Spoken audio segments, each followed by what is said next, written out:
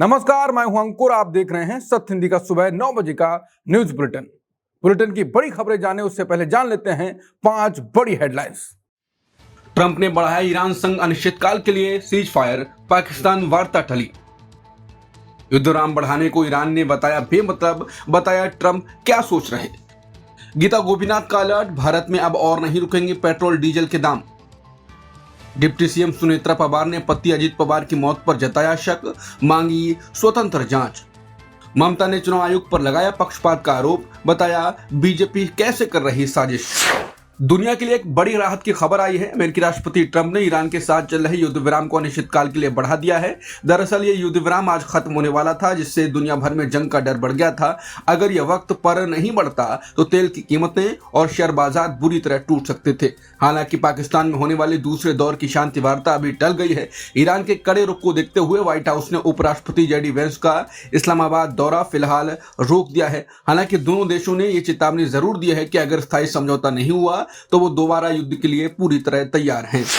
राष्ट्रपति ट्रंप ने ईरान को लेकर कहा कि ईरान हॉर्मुज जलडमरू मध्य को हर हाल में खोलना चाहता है। दरअसल वहां से रास्ता खुलने पर ईरान को हर दिन भारी कमाई होगी। ट्रंप का दावा है कि ईरान सिर्फ अपनी नाक बचाने के लिए युद्ध की धमकियां दे रहा है, क्योंकि अमेरिका ने ईरान की पूरी तरह नाकेबंदी कर रखी है और उनके पोर्ट बंद हैं। ट्रंप बोले कि कुछ लोगों ने उनसे आकर कहा कि ईरान तुरंत रास्ता खोलना चाहता है, लेकिन ट्रंप ने साफ कर दिया कि जब तक कोई ठोस डील नहीं होगी वो पीछे नहीं हटेंगे। उन्होंने यहां तक कह दिया कि बिना किसी पक्के समझौते के नाकेबंदी हटाना नामुमकिन है। पाकिस्तान के पीएम शहबाज शरीफ ने युद्ध विराम बढ़ाने के लिए राष्ट्रपति ट्रंप का शुक्रिया अदा किया। दरअसल पाकिस्तान ने ही अमेरिका से गुहार लगाई थी कि इस शांति वार्ता को थोड़ा और समय दिया जाए। पीएम शहबाज शरीफ ने अपनी और फील्ड मार्शल आसिम मुनीर की तरफ से ट्रंप का आभार जताया। उनका मानना है कि इस फैसले से चल रही कूटनीतिक कोशिशों को अब और मजबूती मिलेगी। पाकिस्तान को उम्मीद है कि दोनों पक्ष जल्द ही एक बड़ा शांति समझौता करने में कामयाब होंगे।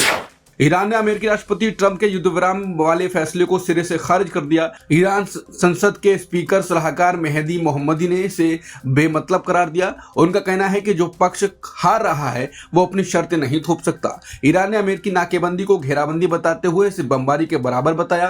तेहरान को डर है कि ट्रंप युद्ध विराम की आड़ में हमले की साजिश रच रहे हैं। मोहम्मदी ने आरोप लगाया कि अमेरिका सिर्फ अचानक हमला करने के लिए समय ले रहा है। उन्होंने साफ कहा कि अब ईरान के लिए अपनी तरफ से पहल करने का वक्त आ गया है। ईरान ने शर्त रखी है कि अमेरिका जब नाकेबंदी हटाएगा तभी इस्लामाबाद में बातचीत शुरू होगी। संयुक्त राष्ट्र में ईरान के दूत अमीर सईद इरावानी ने कहा कि जैसे ही वॉशिंगटन समुद्री नाकेबंदी हटाएगा अगला दौर इस्लामाबाद में होगा। हालांकि राष्ट्रपति ट्रंप ने युद्ध विराम बढ़ाकर शांति का एक और मौका जरूर दिया है, लेकिन ट्रंप का कहना है कि जब तक कोई ठोस प्रस्ताव नहीं मिलता पाबंदियां जारी रहेंगी। यानी एक तरफ अमेरिका पोर्ट बंद रखने पर अड़ा है और दूसरी तरफ ईरान शर्त रख रहा है। पूर्व आईएमएफ अर्थशास्त्री गीता गोपीनाथ ने चेतावनी दी है कि भारत में पेट्रोल डीजल के दाम अब और नहीं रोके जा सकते हैं। गीता गोपीनाथन ने कहा कि कीमतों पर काबू रखना अब मुश्किल होगा। सरकार बहुत लंबे समय तक तेल की कीमतों पर सब्सिडी नहीं दे सकती। अगर ईरान और अमेरिका का विवाद खिंचता है तो भारत पर इसका बुरा असर पड़ेगा। अभी तक तो भारत ने तेल के झटकों को किसी तरह बर्दाश्त कर लिया है, लेकिन आने वाले समय में बढ़ी हुई कीमतें आम जनता की जेब पर डालनी ही पड़ेंगी। गीता गोपीनाथ ने जोर दिया कि भारत को ऊर्जा के मामले में आत्मनिर्भर होना पड़ेगा। आयातित तेल पर भारी निर्भरता देश की अर्थव्यवस्था के लिए बड़ा जोखिम है। फिलहाल भारत की विकास दर 6.5% रहने का अनुमान है, लेकिन ये स्थिरता बहुत नाजुक है और कभी भी डगमगा सकती है। उनके मुताबिक ये दुनिया के लिए अब तक का सबसे बड़ा तेल संकट है।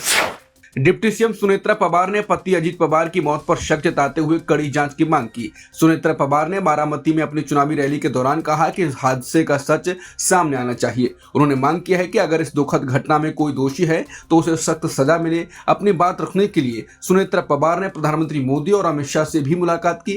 केंद्र सरकार ने मामले की गहराई से और स्वतंत्र जांच कराने का भरोसा दिया है। आपको बता दें कि इस रैली में विपक्षी सांसद सुप्रिया सुले ने भी पहुंचकर सुनेत्रा पवार को अपना समर्थन दिया। इस दौरान मंच पर मुख्यमंत्री देवेंद्र फडणवीस और महायुति गठबंधन के तमाम बड़े नेता मौजूद रहे। रैली में अजित पवार को याद कर सबकी आंखें नम हो गई और पूरा माहौल गमगीन नजर आया। ममता बनर्जी ने चुनाव आयोग पर पक्षपात का आरोप लगाते हुए बड़ा हमला बोला। ममता बनर्जी ने कहा कि उन्हें सभा करने की इजाजत नहीं दी गई, जबकि महज 6 घंटे के भीतर प्रधानमंत्री मोदी की रैली को हरी झंडी मिल गई।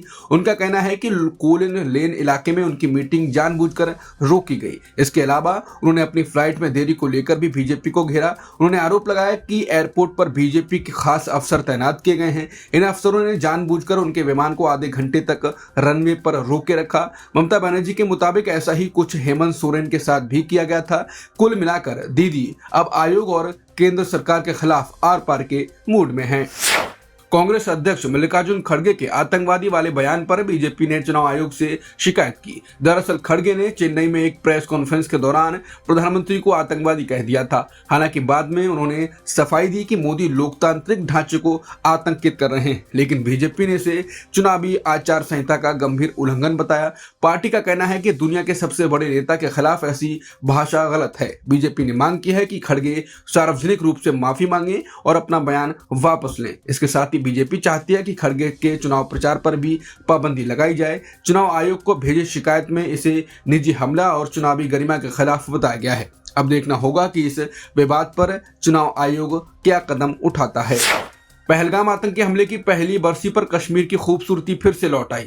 आज यहां के मशहूर सेल्फी पॉइंट पर पर्यटकों की भारी भीड़ उमड़ पड़ी। पिछले साल आज ही के दिन हुए हमले ने पूरी दुनिया को दहला दिया था, लेकिन आज सैलानियों ने बार बार आने का संकल्प लिया। इस मौके पर स्थानीय लोगों ने पर्यटकों का स्वागत बड़े ही अनोखे अंदाज में किया। टैक्सी ड्राइवर और घोड़ा मालिक आज मेहमानों को मुफ्त में सैर करा रहे हैं। मारे गए 26 बेकसूर लोगों की याद में एक खास स्मारक भी बनाया गया। पर्यटक अब सेल्फी पॉइंट को संकल्प पॉइंट मानकर शहीदों को श्रद्धांजलि दे रहे हैं। स्थानीय गाइड और दुकानदार खुद आगे आकर मेहमानों की सुरक्षा का जिम्मा उठा रहे हैं। होटलों ने भी पर्यटकों के लिए कमरों के किराए में भारी छूट का ऐलान किया। कश्मीर के लोग पूरी दुनिया को ये संदेश दे रहे हैं कि वो मेहमानों के साथ हैं। इस बुलेटिन में इतना ही। बाकी खबरों के लिए बने रह सकते हैं आप सत्य हिंदी के साथ। नमस्कार।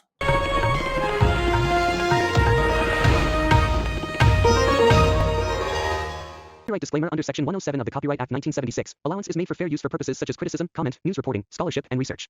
Fair use is a use permitted by copyright statute that might otherwise be infringing.